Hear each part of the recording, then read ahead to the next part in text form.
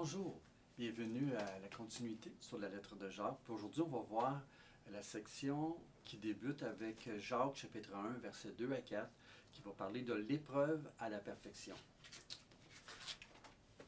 Lisons ensemble le verset. Ça dit: Mes frères, regardez comme un sujet de joie complète les diverses épreuves auxquelles vous pouvez être exposés, sachant que l'épreuve de votre foi produit la patience. Mais il faut que la patience accomplisse parfaitement son œuvre, afin que vous soyez parfaits et accomplis sans faillir en rien. Ici, je mets l'accent sur sans faillir en rien. On va voir la deuxième section qui suit cette première section que Jacques écrit lorsqu'il écrit sa lettre. Une deuxième section qui est rattachée avec cette première section qu'on lit ensemble. Ça concerne le verset 5 à 8. Voici ce que ça dit. Si quelqu'un d'entre vous manque de sagesse, l'idée de manque versus accompli, sans faillir en rien, parfait. Donc, il y a la même idée qui revient ici deux fois sur deux sections de la lettre qui suivent. On va continuer à lire.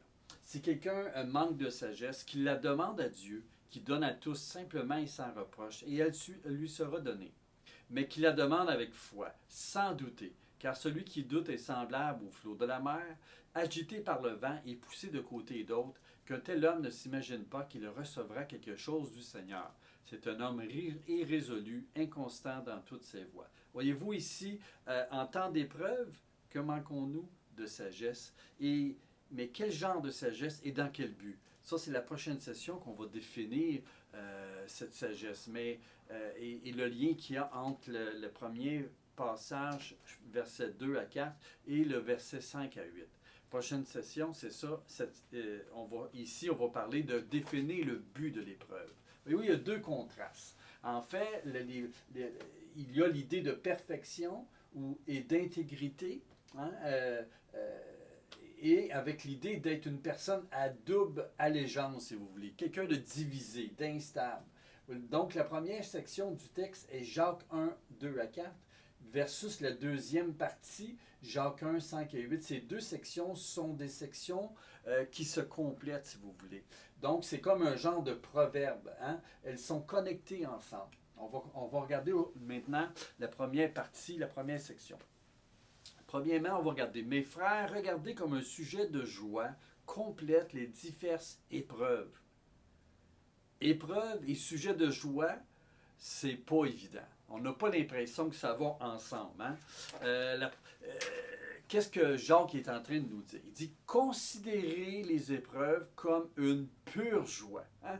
Frère, un sujet de joie. Ce sont les signes d'un nouveau paragraphe. Dans les différentes sections dans Jacques, la façon dont il a écrit, souvent, chaque section, il débute avec le mot frère. Hein? Et ensuite, c'est suivi d'un commandement ou d'un principe, si vous voulez. Quand est-ce que faut suivre ce commandement-là? Quand vous rencontrez des épreuves, de très nombreuses et diverses épreuves. Pourquoi? Hein? Pourquoi que Jacques fait ce commandement de regarder comme un sujet de joie? Hein? Parce que, premièrement, la joie, c'est dans ces contextes d'épreuves et de difficultés, c'est pas naturel. Hein? C'est pas naturel. À moins, c'est aussi naturel que de respirer dans l'eau. Hein? C'est pas naturel. Ça va pas ensemble. La joie et les épreuves, ça va pas ensemble. À moins que vous soyez masochiste, que vous aimez souffrir. En fait, lorsqu'il arrive une épreuve, une difficulté, la souffrance liée à l'épreuve, hein, on a plutôt la tendance à vouloir fuir. Mais Jacques, il fait un commandement d'avoir la joie. Continuons ensemble. Mes frères, regardez comme un sujet de joie complète les différentes épreuves auxquelles vous pouvez être exposés. Continuons.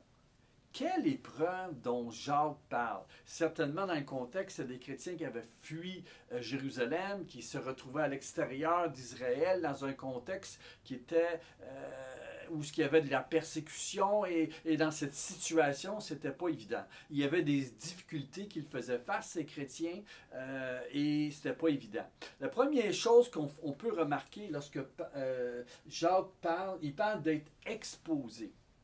Que veut dire Jacques? La première chose qu'on voit, c'est que le mot exposé, C'est un mot qu'on retrouve en différents contextes, dont un de ces contextes-là, on pense à Jésus lorsqu'il parle de la parabole du bon samaritain. Il parle d'un homme qui descend de Jérusalem vers Jéricho et qui tombe au milieu des brigands. Il est exposé à des brigands et qui le laisse à demi-mort. C'est le même mot ici qu'on fait référence. C'est intéressant. Hein? Donc, ça peut être des petites épreuves, hein? Parce que Jacques ne les nomme pas nécessairement c'est quoi les épreuves, même si on a des choses qu'on voit à la suite de la lettre qui peut nous donner des indices, mais quand même, des petites épreuves comme par exemple un pneu crevé sur le chemin au travail. Hein? Donc, ça peut être une petite épreuve, mais quand même qui vient nous enlever notre joie et qui vient nous éprouver. C'est des difficultés. Comme des grandes épreuves majeures. Ça peut être la mort d'un conjoint.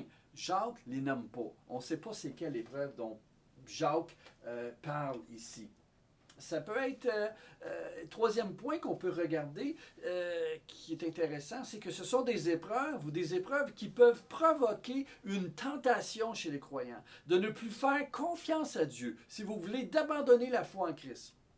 Donc, ces épreuves arrivent dans une jeune foi et on est tenté d'abandonner la foi. Et je pense que la plupart des chrétiens, quatrième point, n'ont pas besoin d'avoir une explication de ce que sont leurs épreuves. Hein? Il y a différentes épreuves qu'on vit. Et puis, ils savent qu'est-ce qu'elles sont ces épreuves, mais souvent, ce sont des épreuves pour notre foi. Et donc, ça peut être difficile. On les rencontre, elles viennent sur nous. On n'a pas toujours les raisons, les pourquoi, mais ce sont des épreuves et elles sont là. Et là, Jacques veut nous encourager à persévérer dans la foi. On va continuer. Mes frères, regardez comme un sujet complète les diverses épreuves auxquelles vous pouvez être exposés, sachant que l'épreuve de votre foi produit la patience. Hein? La joie, pourquoi Jacques dit de regarder comme un sujet de joie, c'est qu'il nous donne une perspective, il nous donne la raison pourquoi on peut regarder avec joie, hein? Sachant que quelque chose va se produire dans notre vie. Qu'est-ce que ça va produire? On pourrait dire la raison des épreuves.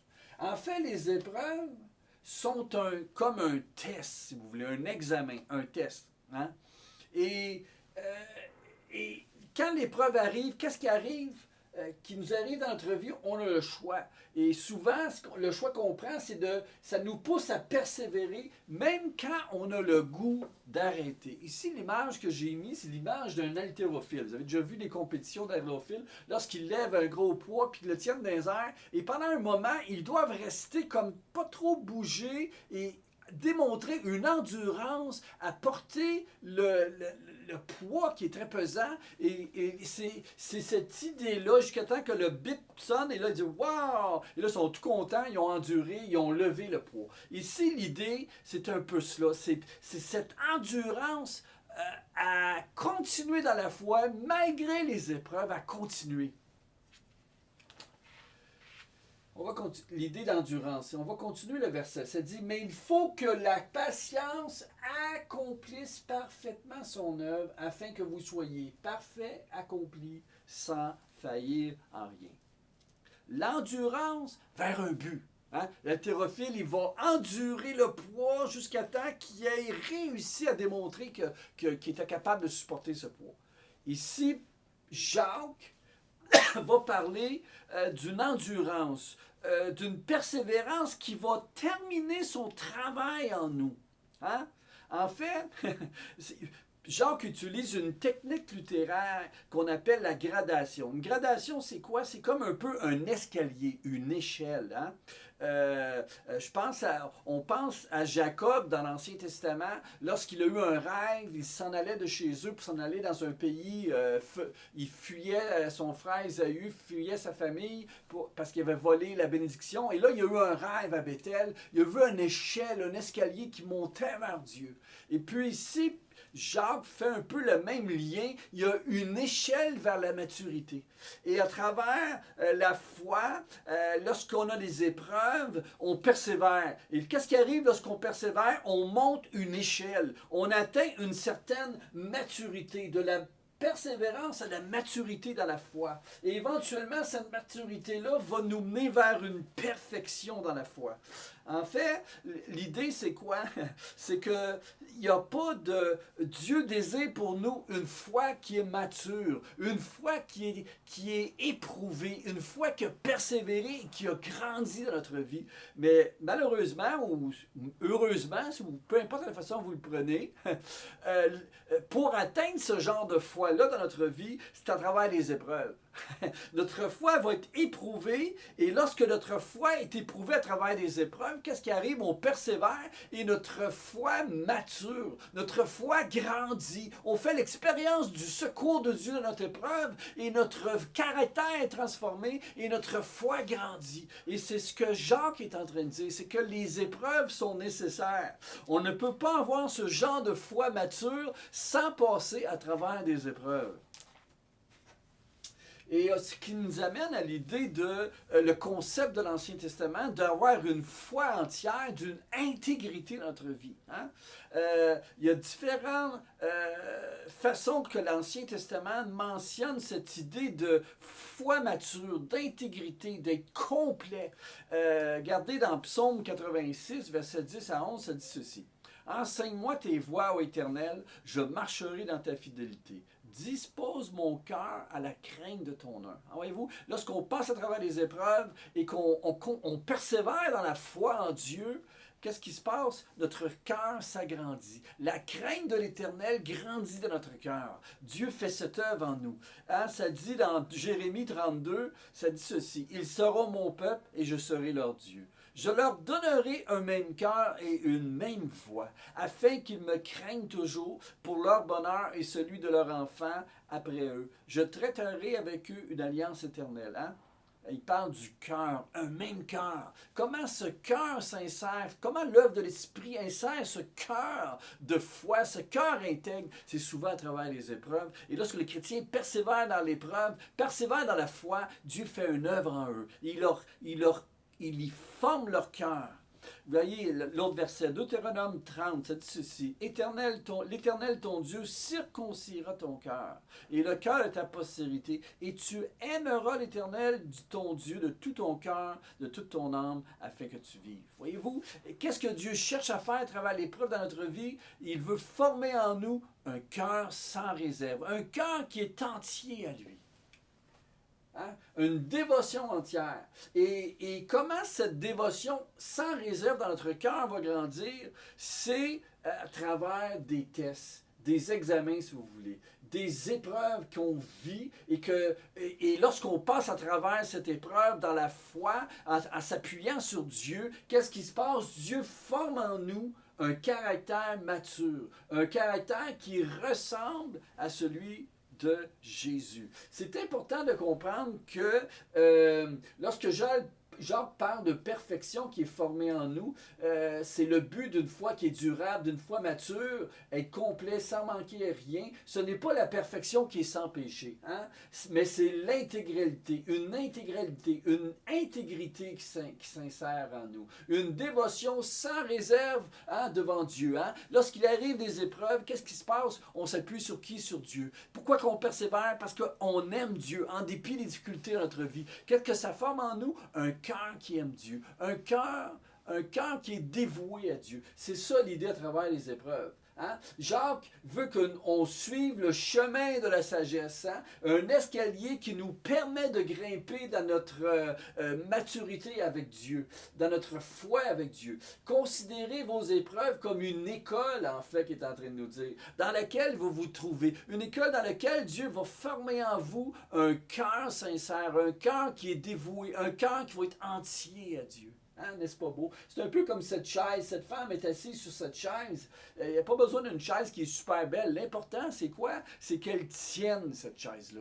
Et l'idée devant Dieu, c'est pas qu'on soit parfait sans péché, même s'il veut qu'on grandisse en sainteté. Mais c'est l'idée que notre caractère va grandir, notre foi va maturer. Une foi qui est paisible, une foi qui est ferme. Et c'est ça l'idée que Dieu veut créer à travers nous. Et c'est ce que Jacques dit. Les épreuves dans votre vie, elles ont un but, c'est de faire grandir votre caractère, faire grandir votre foi. Une foi qui va devenir mature. Donc, c'est ça qu'il faut accepter. Et la prochaine session, on va regarder ensemble comment chercher comment obtenir cette foi-là qui va persévérer. Ça prend la sagesse de Dieu qui est sincère dans notre vie.